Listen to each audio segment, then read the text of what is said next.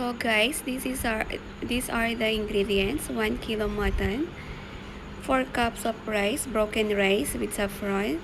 Okay. Ginger, garlic, chili, onion, star anise. Okay, then curry leaves, pandan leaf, bay leaf, cinnamon stick, star anise, colored noodles, white pepper, green peas, and then this the tomato and chili that we will make it blend to make. First we have to put the onion after the oil is hot. So we put the onion. Okay. So let's wait until it's a little bit brown. And then we'll put all the masala. Cinnamon stick.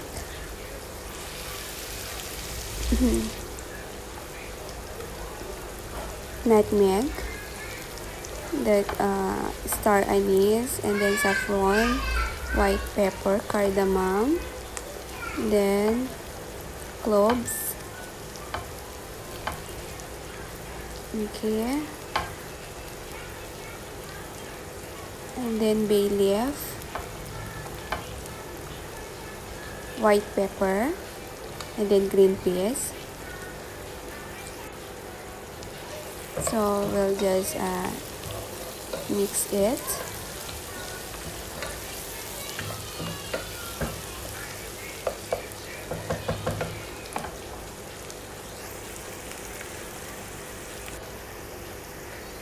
So after that, we'll put the ginger garlic paste.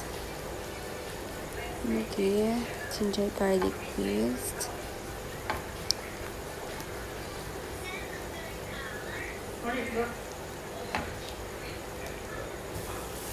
So we'll mix it again. By the way guys, don't make it more oil ha, so that it will not be oily. It's not good if you will make it oily. Not good for the health. Then I'll put the curry leaves and pandan leaves and also the chili. So we'll mix it again.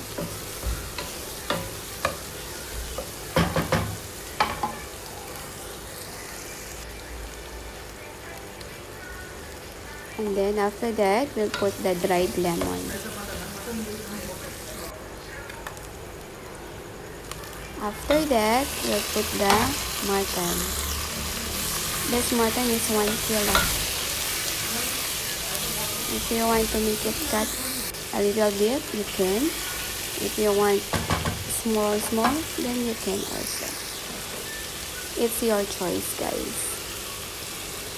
Then I add the tomato paste. The one I blend the tomato and chili. So that one, guys. Then we'll mix it again.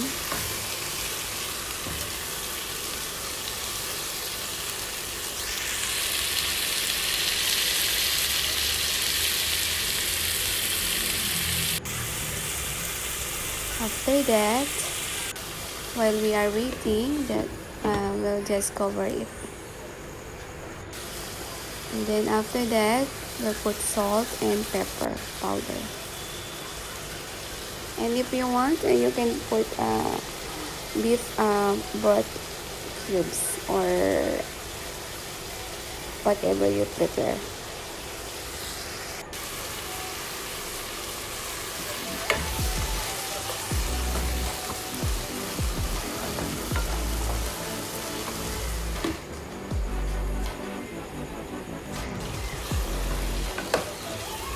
Just mix it. Mix and mix and mix. And then see guys, a little bit cook na the mutton and it smells yummy. So just cover it. We'll cover it. Okay, after that, wait for 5 minutes and then open it and add the water. By the way, the 4 cups is how many cups of water?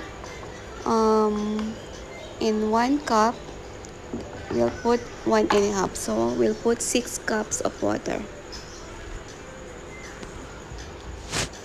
Okay, we'll wait until it boils. So it's boiling now.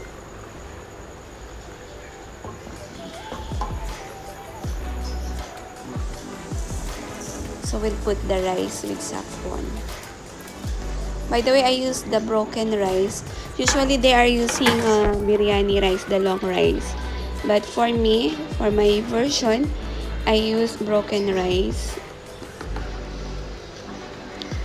So we'll mix and then we'll cover the pot until it's cooked and steamed.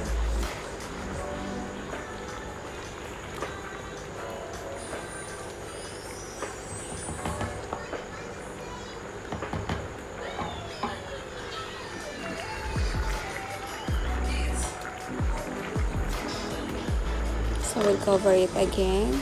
So we'll wait for until it's cooked.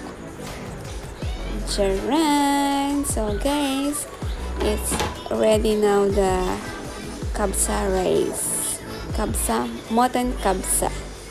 My own version. So after that, you see already the rice is cooked. So we'll put the colored noodles. Okay. So, charan! This is the product. So, thank you for watching.